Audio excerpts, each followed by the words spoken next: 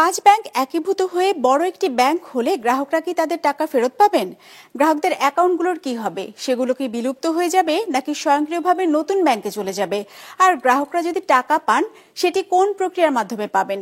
এই পাঁচ ব্যাংকে যাদের একাধিক অ্যাকাউন্ট আছে তাদেরই বা কি হবে? এমন সব প্রশ্নের জবাব থাকছে রায়হান শোভনের রিপোর্টে। ওয়ালটন এখন দেশের সীমানা পেরিয়ে পৌঁছে গিয়েছে 50টিরও বেশি দেশে। ওয়ালটন, ঘরে ঘরে বিশ্বজুড়ে। ব্যাংক খাতে বিগত সরকারের নজিরবিহীন দুর্নীতির কারণে খাদের কিনারায় পড়ে শরিয়া ভিত্তিক সোশ্যাল ইসলামী, Exim, global, union, first security সহ পাঁচ ব্যাংক, যাদের খেলাপির পরিমাণ পৌঁছায় 48 থেকে 97%, যা থেকে উত্তরণে কয়েক দফায় এই পাঁচ ব্যাংকে দেওয়া হয়েছে 39,000 কোটি টাকার তারল্য সহায়তা। কিন্তু তারপরেও ঘুরে দাঁড়াতে না পারায় চলতি বছরের অক্টোবরের মধ্যে এই পাঁচ ব্যাংকে একীভূত করার সিদ্ধান্ত নিয়েছে কেন্দ্রীয় ব্যাংক।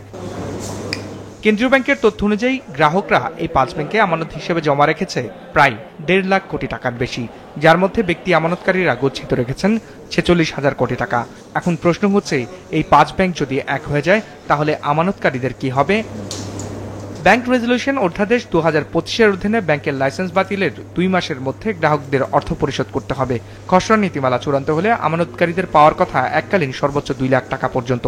তবে কেন্দ্রীয় ব্যাংক বলছে প্রচলিত কোনো নিয়মই কার্যকর হবে না মার্জারের ক্ষেত্রে, কেননা গ্রাহকদের আমানতের সুরক্ষা দেওয়ার জন্যই একীভূতকরণের সিদ্ধান্ত, জানান বাংলাদেশ ব্যাংক মুখপাত্র। প্রচলিত নিয়ম অনুযায়ী যে আমার যে 2 লাখ টাকা যে ডিপোজিট ইন্স্যুরেন্স আছে, তাই না, সেটা তো আমাকে ফেরত পেতে হবে, এটা ইনস্ট্যান্টলি ফেরত পাবে। আর বাকি টাকাটা ফেরত পাবে না তা না, কিন্তু বাকি টাকাটা আসলে আমাদের দেশে এটা একটা মিস ইন্টারপ্রিটেশন হয়ে গেছে। বাকি টাকাটা ফেরত পাবে কিভাবে? যে আমার ব্যাংকগুলোর যে লিকুইড অ্যাসেট আছে, ওই অ্যাসেট গুলো মনিটাইজ করে তো টাকা ফেরত দিতে সময় লাগবে। অবজেক্টিভই হচ্ছে এই ডিপোজিটার, সেটা ক্ষুদ্র হোক, মাঝারি হোক, বড় হোক, তাদের স্বার্থ রক্ষা করা।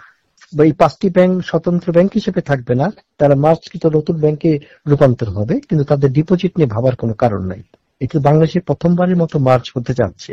অনেক টেকনিক্যালিটি অ্যারাইজ করবে, যেটা বলবেন যে এটাতে কোনো আইন নাই, তখন তাৎক্ষণিকভাবে আইনের ছাঁচে ফেলে ওইটা অ্যাড্রেস করে বা সলভ করার চেষ্টা করা হবে।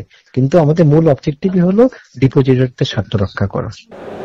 জানা গেছে এই মার্জারের মধ্যবর্তী সময়ে আমানতকারীদের দেওয়া হবে 4% পর্যন্ত মুনাফা। তবে এইসব ব্যাংকে বর্তমানে যেসব বিদ্যমান স্কিম আছে তার সবই বাতিল হয়ে যাবে মার্জারের পর।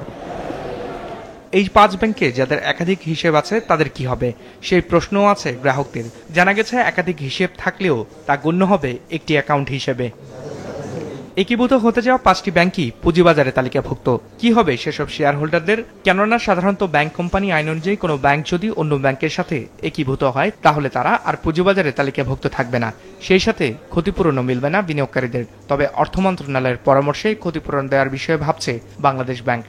বাংলাদেশ ব্যাংক সম্ভবত বা আমাদের আইন প্রণেতারা সম্ভবত তাদের জন্য নতুন কিছু একটা করতে হবে, কারণ এগুলোর জন্য তো আমার কোনো প্রচলিত আইন কানুনের মধ্যে পড়ে না। জানা গেছে ঋণ গ্রহীতাদের জন্য নীতির কোনো পরিবর্তন হবে না ব্যাংক মার্জারের পর। আগের নিয়মেই পরিশোধ করতে হবে ঋণের অর্থ, খেলাপি হলে পূর্বের নিয়মেই ভোগ করতে হবে শাস্তি।